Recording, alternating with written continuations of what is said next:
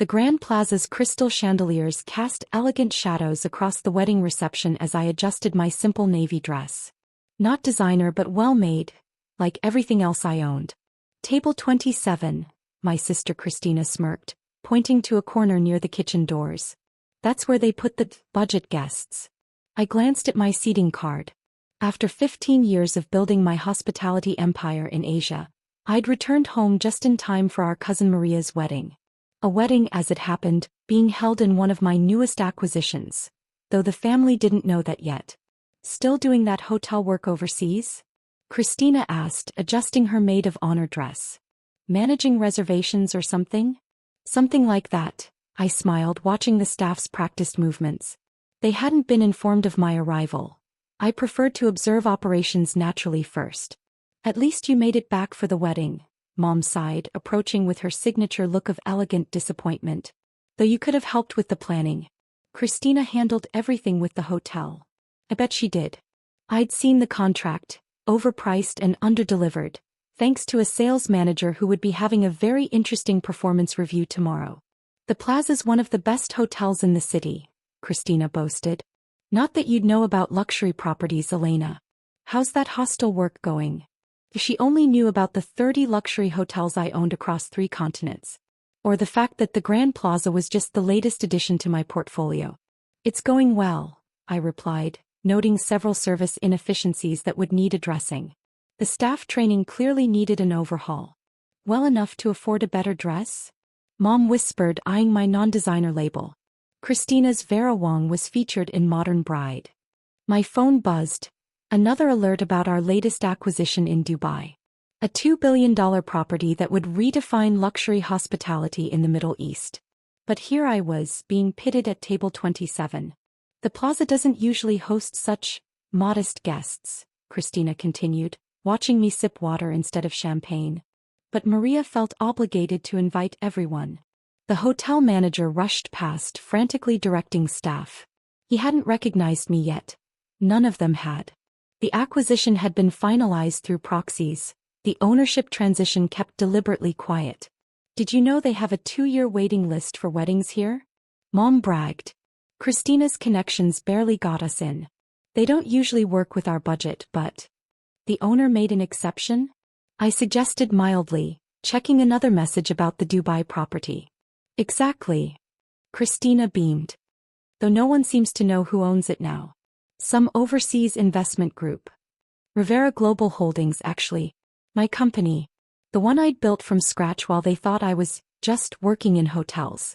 Speaking of work, Mom started. Christina's husband knows someone hiring front desk staff.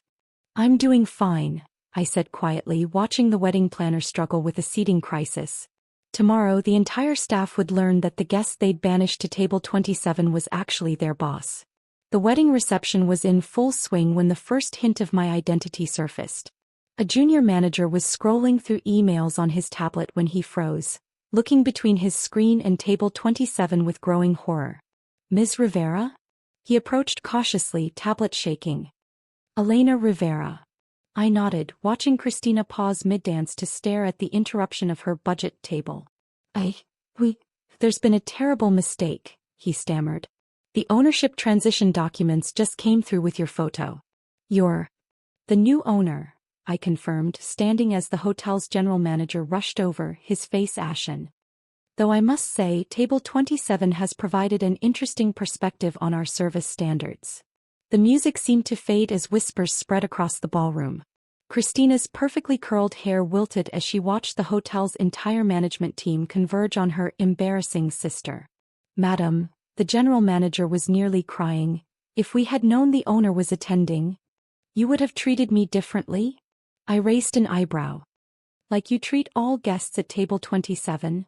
Mom's champagne glass slipped, spilling across her designer dress as more details emerged. The daughter she thought needed help finding front desk work owned not just the Grand Plaza, but 30 other luxury properties across the globe.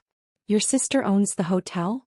Maria's new husband whispered to Christina, who had collapsed into a nearby chair. Hotels, plural, my assistant corrected, appearing with a portfolio. The Plaza is just the latest addition to Ms. Rivera's collection. Though after tonight's service observations, Some management changes may be necessary. The wedding planner who dismissed my suggestions earlier now stood frozen, watching her career flash before her eyes. The sales manager who'd overcharged my family was attempting to blend into the wallpaper. But you work in hotels, Mom stammered. I own them, I corrected, accepting a tablet with the plaza's current performance metrics. Along with resorts, restaurants, and luxury properties across 3 continents. Though based on tonight's observations, the plaza needs significant improvements. Christina's connections for booking the venue suddenly seemed very small as the staff scrambled to relocate me to the owner's private table, which I declined. I prefer table 27, I smiled. It's given me excellent insight into how we treat our budget guests. The general manager looked ready to faint. The table assignments were a terrible mistake. No, I cut in smoothly. They were very illuminating. As was the overpriced wedding package, the subpar service, and the clear hierarchy of guest treatment. All things that will be addressed in tomorrow's management meeting. Mom's carefully maintained composure cracked as she watched the hotel staff defer to her underachieving daughter. All those years overseas were spent building Rivera Global Holdings, I nodded, pulling up our company's portfolio on the ballroom's display screens. Currently valued at $12 billion with properties in 14 countries. The wedding guests stood stunned as images of my luxury hotels filled the screens. Each property more exclusive than the plaza, each one evidence of what I'd built while they thought I was just working in hospitality. The Dubai property opens next month, my assistant added. Though after tonight's observations, perhaps the plaza requires your immediate attention. Christina's face matched her wilting bouquet as she realized her connections for booking the venue had actually been negotiating with her sister's employees. Now, I said, checking the time, shall we discuss the service improvements needed? Or should we let the bride enjoy her wedding in the hotel she didn't know her cousin owned? The night was far from over and I had standards to address. The ballroom's atmosphere shifted dramatically as the staff scrambled to correct their earlier dismissiveness. The manager who'd assigned me to table 27 was frantically reviewing security footage, probably counting how many times he'd walked past the owner without acknowledging her. Your hotel portfolio, Christina's husband called from across the room, his investment banker instincts kicking in. It includes the Singapore Lotus? The hotelier firm tried to acquire last month?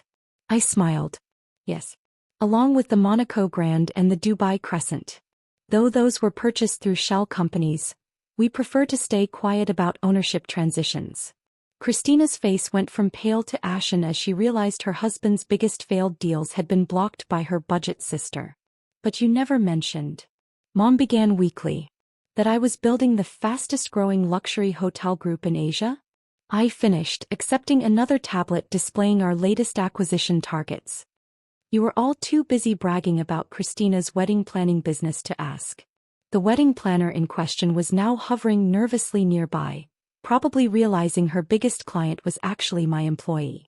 The service inefficiencies, I continued, pulling up the plaza's performance metrics, will need immediate attention.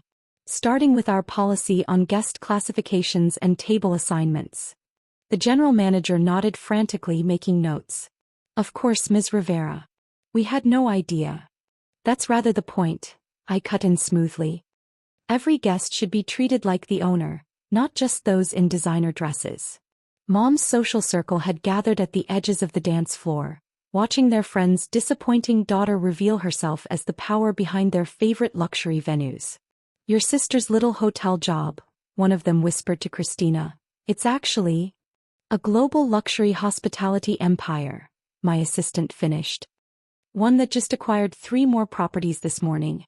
The contracts are waiting for your signature, Ms. Rivera. Christina's perfectly planned wedding spectacle had been upstaged by the revelation that her embarrassing sister owned the venue, and about 50 others like it. The plaza's renovation plans, I announced, pulling up the designs on the ballroom screens, will begin next week. Though perhaps we should wait until after the wedding to discuss the complete management overhaul. The staff that had dismissed me earlier now stood at attention, watching their owner calmly sip water at the budget table while reviewing their employment futures on her tablet. Now, I said, noting another service failure, Should we discuss why the couple at table 28 has been waiting 10 minutes for their entrees? Or would you prefer I continue my anonymous observations? The night was still young and I had an entire hotel's worth of improvements to plan. As the wedding reception wound down, I stood in the plaza's private owner's office. My office. Watching the city lights sparkle through floor-to-ceiling windows. The hotel's senior staff stood nervously behind me, while my family hovered near the door, still processing the evening's revelations. The plaza will be undergoing significant changes, I announced, pulling up the renovation plans on the wall-mounted displays. Starting with our service standards and guest classification policies. The screens filled with images of my other properties. The Singapore Lotus with its floating gardens, the Monaco Grand's underwater suites, the Dubai Crescent rising like a golden moon above the desert. From my position at the window, I could see Christina in the reflection, her maid of honor dress suddenly seeming overdressed among the subtle elegance of true luxury hospitality. Mom's social bragging about her successful daughter's wedding planning business had fallen silent. Your sister's hotels, the general manager explained reverently to my family, set the global standard for luxury hospitality. Plaza's was rather behind the times. A situation that will be remedied immediately, I added, turning to face the room. Though perhaps table 27 should remain exactly as it is, as a reminder of how not to treat any guest. The staff shifted uncomfortably as I pulled up the evening service footage. Sometimes the best lessons come from the most uncomfortable moments. The girl who was just working in hotels, I concluded, meeting my family's stunned gazes, was actually redefining what luxury hospitality means. Because sometimes the greatest achievements happen quietly, far from designer dresses and social media posts. The night lights of the city played across the office walls. My office, my hotel, my empire. The quiet sister in the simple navy dress had just revealed herself as the most powerful person in the room.